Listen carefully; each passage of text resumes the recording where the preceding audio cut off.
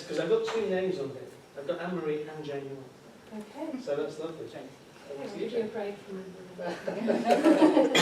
Easy me talking all the time on these panels. Yeah. Good evening, everybody. I'm the Service Manager for Referral Assessment and Safeguarding Service and Children's Social Care, and I'm here to primarily raise your awareness of two items, item 10 and item 11 on the agenda, which are both very closely interlinked. Item 10 is a report provided and produced by myself and a team of investigators, really linking into the Yew Tree investigation around Jimmy Savile, whereby back in 2014 we were asked to look into an allegation that was made in respect of Jimmy Savile and at the time, young woman who gave some evidence which indicated that he may well have abused her in some way. I'm guessing that everybody's read the report. I'm more than happy to answer questions around the report, but it was very detailed, the investigation. We did a lot of digging to try and find any information. The outcome of this report was that we weren't able to prove or disprove the allegations that were made. However, we did come to a conclusion in terms of the way forward, and so had two main recommendations which are on page 18 of the report, point 8. So the main recommendations were that the Council will prepare a policy in relation to visitors and VIPs visiting children's residential establishments, and that the Council make relevant additions based on learning from the investigation to the Members' Code of Conduct relating to elected members visiting children's residential establishments as well. So as a result of that, item 11 was produced, which is a policy which was agreed in the corporate management team last month in relation to specifically around visiting children's residential establishments. So it details the expectations in relation to visitors, VIPs, and it identifies within the report a definition of what we mean by visitors and VIPs. For example, local dignitaries, sponsors, celebrities, elected or co-opted members, and anyone who isn't directly related to a child or young person who would normally be visiting them in a residential establishment. Has everybody read it? Do you want me to answer questions on it? So I think if we just open it to questions. Okay. So, John. Yeah, I read the report on item 10 in detail, and the one thing that jumped at me was that you couldn't really have done any more with the team who were involved in investigating it. But it was all about really the length of time holding data. It seemed to be the problem, there might be statutory requirements to hold data for so many years, so when you go back the data wasn't there. So that seems to be the weak link, because who's to know that anybody, anywhere, can make an allegation 40 years, say, after the offence?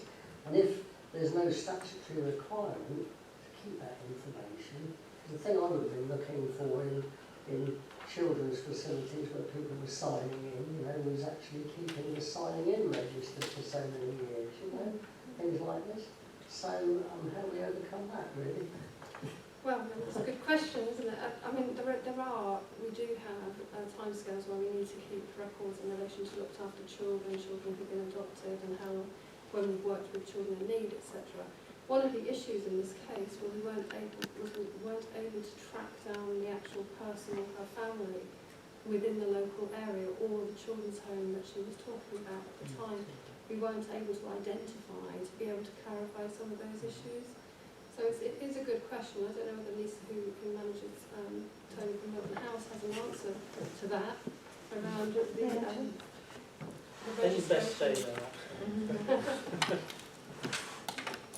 I'm not really a lot to add, although the government has written out to us more recently asking us to prepare to change the way we store and hold records and for how long. So we've gone into management meetings in the last 2 weeks, preparing our staff ready for more information from government around that. So there was likely to be quite substantial changes coming up and regulations.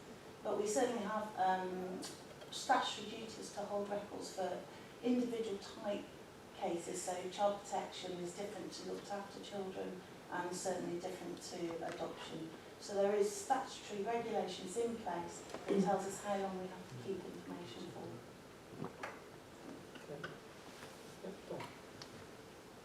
Thank you. My question really relates to the appendix that we don't have, but I presume is yet to be written. It says the visitor's child residential establishment policy. The draft policies that are planned to be written basically for children's homes and visitors. We do have one. I don't have it. It was It was circular. My apologies, I don't have it. Then I will withdraw my question because it's all about this and I haven't read it yet. So I'll read it quickly.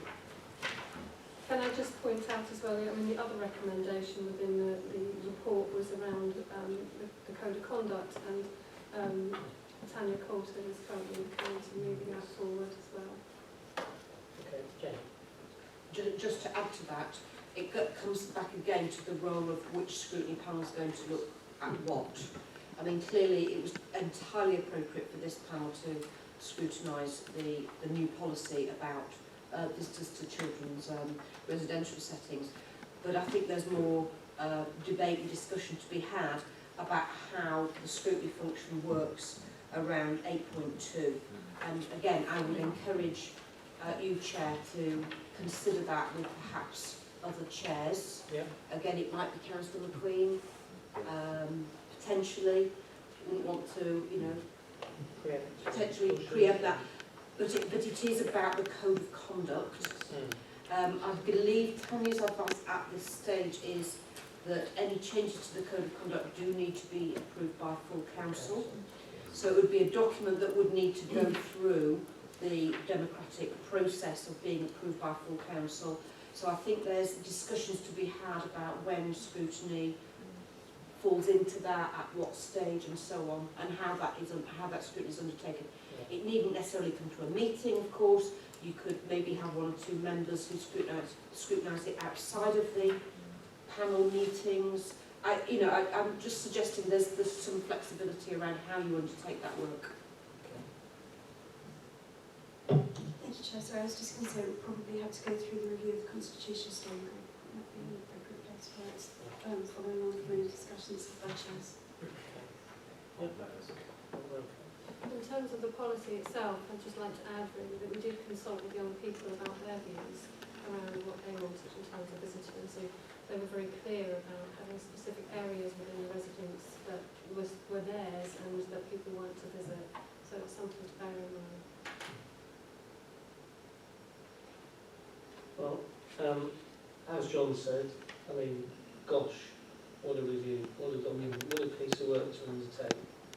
One quite difficult, and when you're trying to find something that may or may not be there, it is always very difficult, isn't it? And, you know, to see, actually there wasn't a children's home in Westbourne, but the suggestion was that that's where something happened. But nevertheless, you know, thank you very much for that. I mean, a very worthwhile document, and something very positive has come out of it, and it's good to see something good come out of something which is really, really awful, which is actually a new policy, which I'm sure this panel will say, yes, we know the policy, and we feel it's really good to take that forward. I know we've all been requested to undertake a DBS, so can you make sure that if you haven't contacted Democratic Services with the relevant information, if you can do so. I believe if you've got a DBS that is less than 3 months old, they may take that into consideration, but that's something for Democratic Services to say yay or nay, and yes, Dom, because you're looking at me very quizzically. Yes. Sorry. It's good to have you on the panel. Sorry, We might have as a got substitute, home an hour earlier. apologies. Just having read the policy, because I haven't actually seen it before, so apologies for that. I'm delighted to see what the policy is and how the policy will be implemented, this little section here. I mean, the last point is any affected child or young person should be consulted prior to any visit. Would it not be also appropriate that if a young child was talked to or dealt with, or it was a particular point of a visit from a VIP or whoever, that there was a point there that any young child was consulted after the visit to see if anything untoward had gone on, in addition to that? Clearly not in every occasion, but that would surely be the point upon which any particular issues would have arisen would be after rather than perhaps before. It's a good point. I think these children will see their social workers and their key workers within residential establishments on a regular basis anyway, so we would make sure that the workers have touched on those issues. May I actually ask Democratic Services if it would be poignant to double check everybody on the panel that we are all at this stage? Yeah, we are actually doing that. I think an email has either just gone out or will be going out asking you to do the checks. Thank you. I think it's very important. It's all about that spider sense, isn't it? Actually, that just didn't feel quite right. And it's getting that message across to everybody. Tom's just pointed out that Tanya has suggested that something might be coming in September to Scrutiny. So we'll have those conversations. Yeah, just to quickly elaborate, Tanya's indicated that the changes to the Code of Conduct will go to the Standards Board in October. So the time the scrutinees get involved before then will be at the September cycle meeting. So we'll ensure that he goes to the appropriate panel. Well, I won't ensure, somebody else a lot better than I shall. So